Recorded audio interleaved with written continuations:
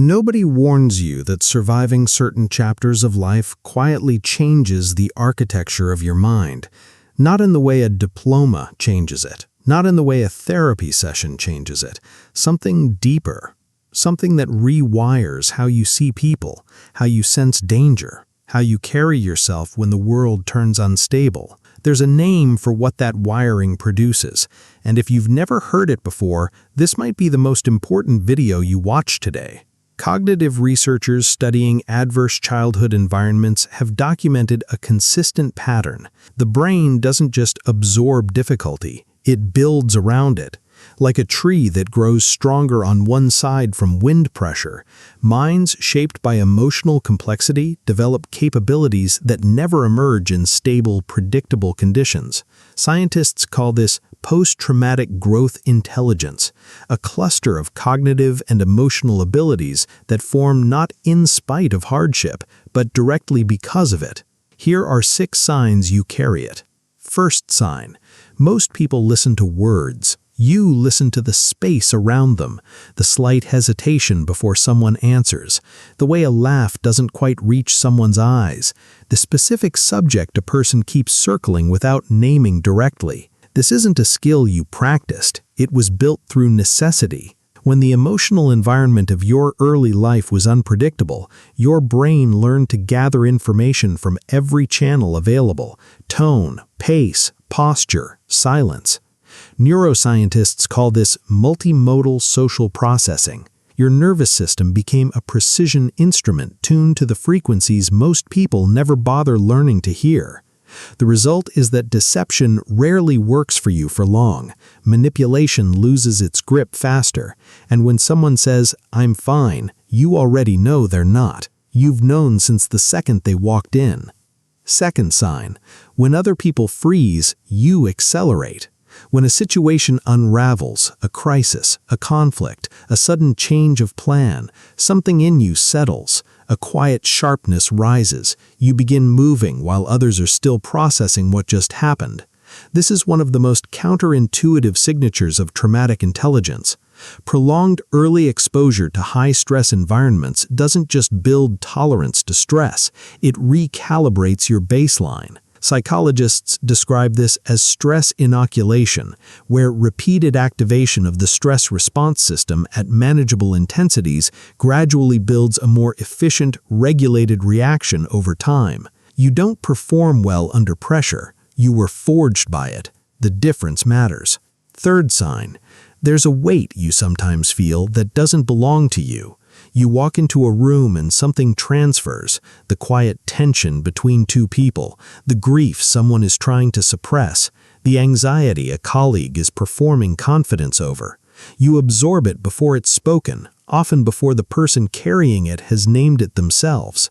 Developmental psychologists studying children from emotionally volatile households have consistently found elevated empathic sensitivity in those who grew up tracking caregiver moods.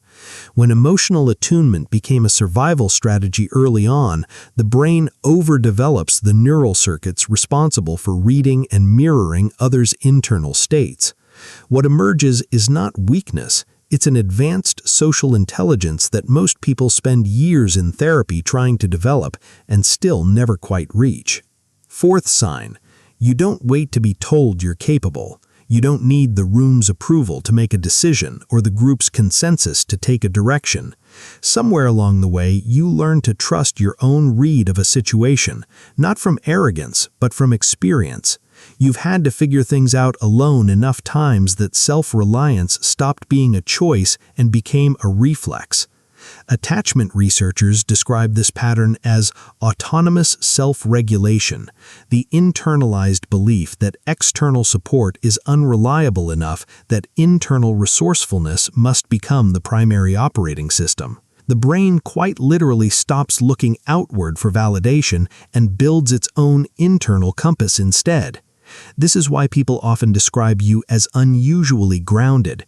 It's not that nothing shakes you, it's that your center of gravity was built low and built early. Fifth sign: you feel things at a depth that is sometimes hard to explain to people who haven't stood where you've stood. A piece of music can arrest you completely. An act of quiet human kindness can move you in a way that surprises even yourself.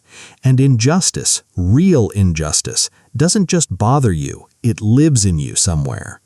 The amygdala, which governs emotional processing and memory encoding, becomes highly sensitized in individuals with histories of intense early experience.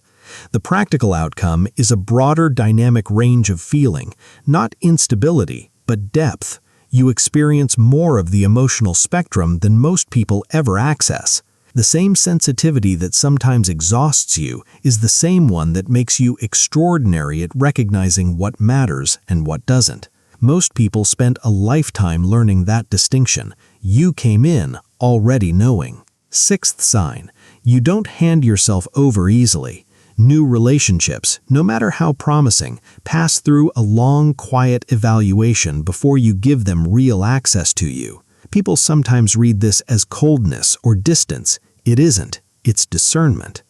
When early attachment environments included inconsistency, moments of warmth followed by withdrawal, safety followed by unpredictability, the brain adapts by developing what psychologists call calibrated social trust, a more rigorous internal screening process for who receives emotional access. The threshold is higher, but what clears it is real. The people who earn your trust don't receive mild loyalty. They receive the kind that most people write about in books and rarely experience in life. You don't love lightly, and the ones who understand that never take it for granted. Here's what nobody tells you about traumatic intelligence. It doesn't announce itself. It doesn't come with a certificate or a label or a moment where someone says, "Look at what you've built." It just quietly sits inside you, operating, adapting, reading rooms, building connections, holding steady under pressure, while the world watches and wonders how you do it. These aren't traits you should be grateful for surviving into. They're traits you've earned. The question isn't whether you have this kind of intelligence. The question is whether you've given yourself permission to call it what it is. If this landed somewhere real for you, share it with someone who needs to hear it. They might not have a name for what they carry yet. Now they will.